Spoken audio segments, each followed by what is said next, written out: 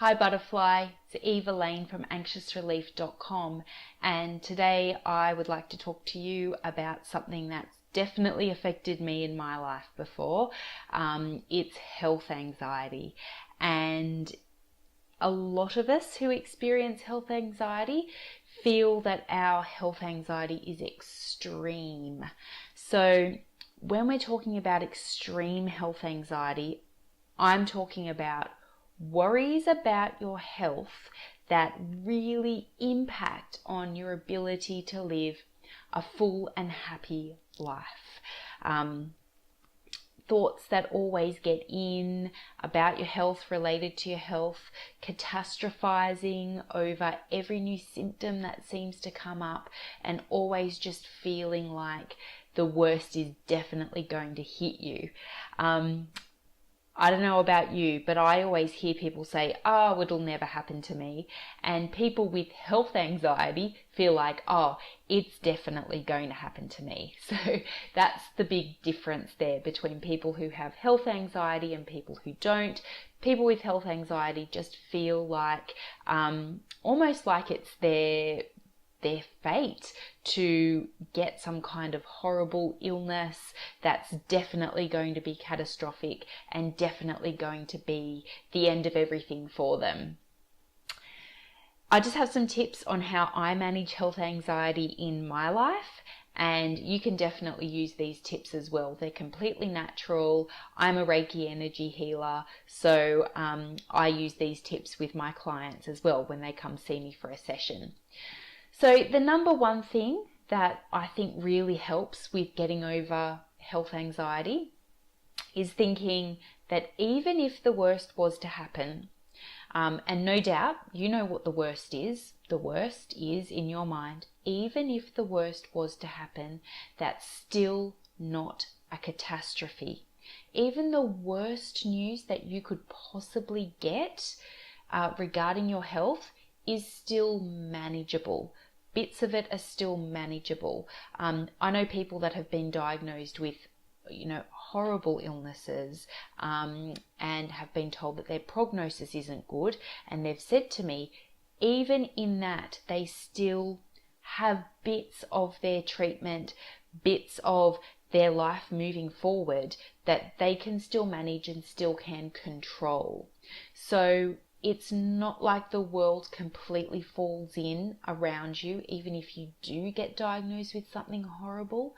The truth is, bits and pieces of the journey ahead are completely manageable, and you still have power over that. And even if you were to get the worst news, which isn't likely, there would still be bits of your journey that you would then focus on, and so it wouldn't be a complete and utter catastrophe, things going out of control, The second step, and I think this is possibly the hardest step that people with health anxiety experience, is to stop constantly seeking reassurance. I know that this was the hardest step for me. I would get every new symptom that I would get, I'd be on Google and I'd be looking up my symptoms. What does this mean? What does this lump mean? What does this sensation mean? I've had a headache for the past 5 days. What does that mean? And Google, I don't know what's going on with their algorithms, but Google seems to know that the results that get the most clicks seem to be the most catastrophic results. So results that show cancer, results that show stroke or heart attack, or any of the other, serious illnesses that you can think of, they're always the ones that seem to kind of get the top spot in Google. So they're going to be the results that automatically flash up in your face. And that's not good, because 9 times out of 10, or should I say probably 99 times out of 100, your symptom could be put down to anything else. Headache, for example, could be tension, tiredness, lack of water, staring at a screen for too long. You get a bump on the head and you can get a headache from that. Wearing your hair too tight. Sometimes I find certain earrings pulling on my earlobes can give me a headache. A headache can literally have thousands of reasons for it. But if you just type headache into the Google search engine, you're going to get these horrible catastrophic results that crop up because the Google algorithm knows that those are what gets the click. The other type of reassurance that people often try to seek out is reassurance from their family and friends. Like, oh, I've got that headache again. And you want to hear from people, oh, you just need a cup of tea, or oh, you just need a warm bath. You just need to take some pain tablets. Have a lie down and it'll sort itself out.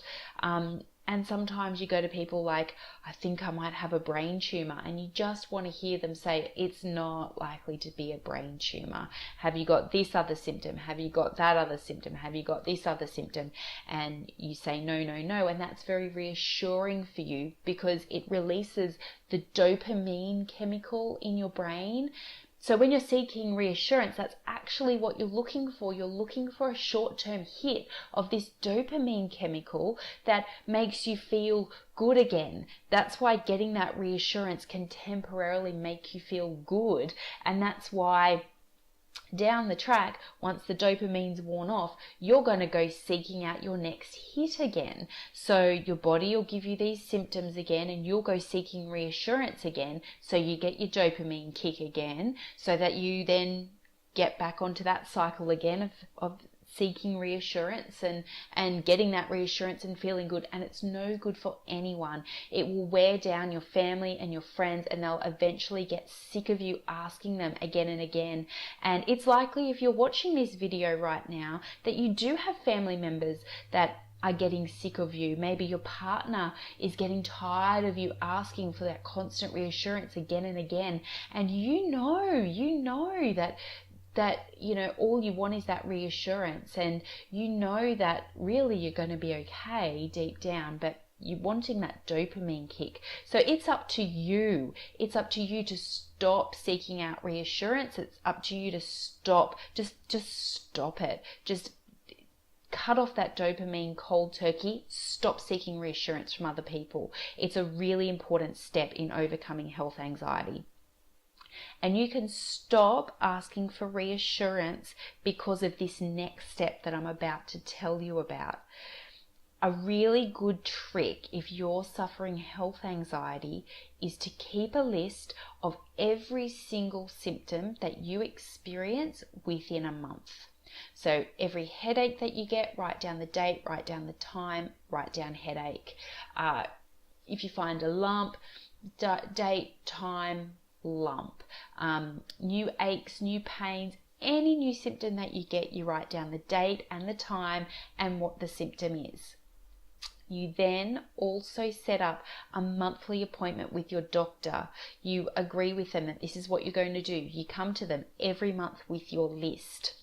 And anything that stays on that list within that month is worth going to see the doctor about, right? So if you have a headache that lasts for a month, you need to go and see your doctor about it. That's common sense. If your symptoms come and go, you review this list fairly regularly because you'll be writing down every new symptom that you experience.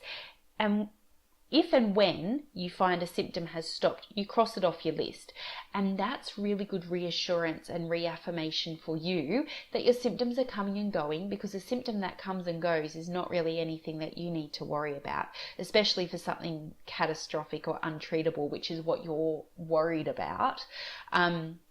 Anything that stays on the list, you go see your doctor about, and it's a really good opportunity to just talk to your doctor about how your health anxiety is going, and they can review your symptoms and check them out and either reassure you on them or tell you maybe come back in another month. If you're still experiencing this dizziness in another month, then we can look into it again. It's just a really good way of containing your need for reassurance while also keeping an open dialogue with your doctor and really approaching your health anxiety in a very structured way. And probably what will happen for you is what happened for me with keeping this list. It only took me about 6 months, I feel like, when it was at its worst, that I started to feel like I didn't need the list as much anymore. I wasn't relying on it as much anymore. I get a symptom and I'd be like, I must write that on my list by the time I get home. And by the time I get home, I'd forget what the symptom was. So I'd be like, well, if I've forgotten it, it's not worth adding to my list. And little by little and gently by gently, I really did get on top of my health anxiety. And just setting up this little system is a really good way of containing your health anxiety, making sure that you don't burden your family and your friends with your constant need for reassurance, keeping that need for the dopamine kick in check as well, and keeping an open dialogue with your doctor, which is so important. The other thing that will help you with health anxiety is over on my website, I have, it's a Polynesian forgiveness mantra. So it's called the Ho'oponopono, and you listen to it several times a day, and it's a really good healing mantra that goes in on an energetic level that helps all of the energy that's attached itself to this health anxiety to release back to the universe. I've got it for free over on my website. I'll include a link to it beneath this video. So if you're experiencing health anxiety, do follow those 3 steps and also download the Ho'oponopono exercise and listen to that regularly as well. Best of luck with your health anxiety journey. I'm always here if you ever need to ask me a question or if you want help with healing your health anxiety on an energetic level. I do Skype as well as distance healing sessions as well. Best of luck, love and light. Bye for now.